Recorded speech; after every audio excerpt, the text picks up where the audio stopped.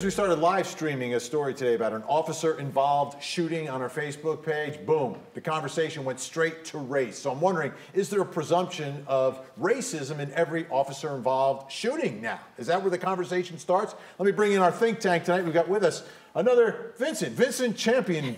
Vince, retired police officer, Southeast Director of the International Brotherhood of Police Officers. Great to see you tonight.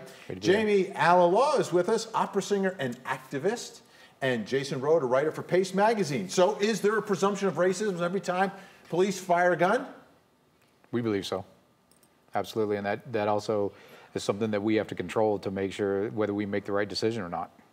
Why is I mean, a lot of this is post-Ferguson, and remember what the reaction was there. Is that just fueling this? Has this been around forever? What's going on? Well, there's definitely a history as far as the police department and the African-American community. And so with a lot of the cases when you say there's a history, like what do you mean history? There is a history of an antagonistic relationship oftentimes, the sense that African-Americans are viewed as suspect on site. Driving while black is a term that we often hear.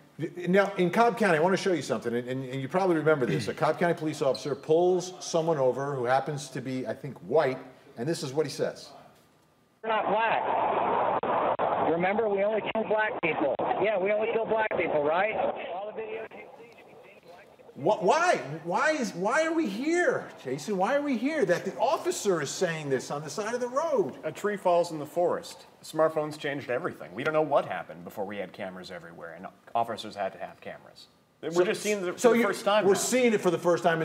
Yeah. I disagree with that. I mean, it's not that you're seeing it for the first time. As the lady just said, it's been an ongoing thing for now, and I believe that it's come to the forefront. Officers, it's everything else. There's good and bad in everything, and there's officers out there who do this, but they're not the majority. The unfortunate part is, getting back to the smartphones and everything, that seems to be the ones that we catch, are the ones who, again, you just started this by saying I'm an officer that saved the person's life that was trying to kill him. That's what we do.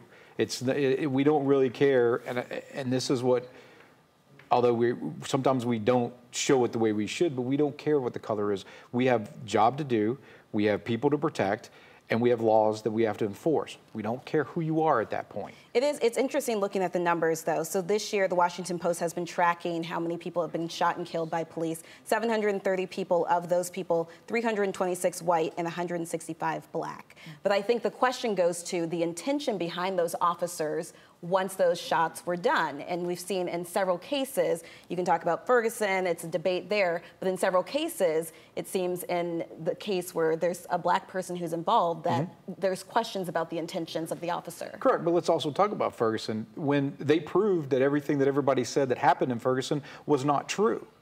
They proved that in the court. But yet no one has stepped up and apologized for that. No one has stepped up and said they were wrong. Should there be apologies, Jamie? Should there be apologies to the police? You know, I'm not quite sure about that, just because we're not saying that white people are not being shot by the police officers. We're not saying that all police-involved shootings are dealing with black people, but what we are seeing more often than not is that when these shootings happen with someone who is African-American, the follow-up, the process that happens afterwards is where we start to see things veering in completely different directions. And in some of those cases, I would say, too, with some of these officers, you find out later on that there were things in their past that were a little bit checkered that showed prejudice or racism. Absolutely. And with that also being said, to her point, what she's referring to is not the officer. He did his job. Now, where did the courts go with it? What did they find? Where is that at? Did the police department investigate it properly? That could be something in the past, or that could be things that weren't done. We're going to continue this conversation because we got a few more places we need to go with this. We'll do it on Facebook Live after the program tonight.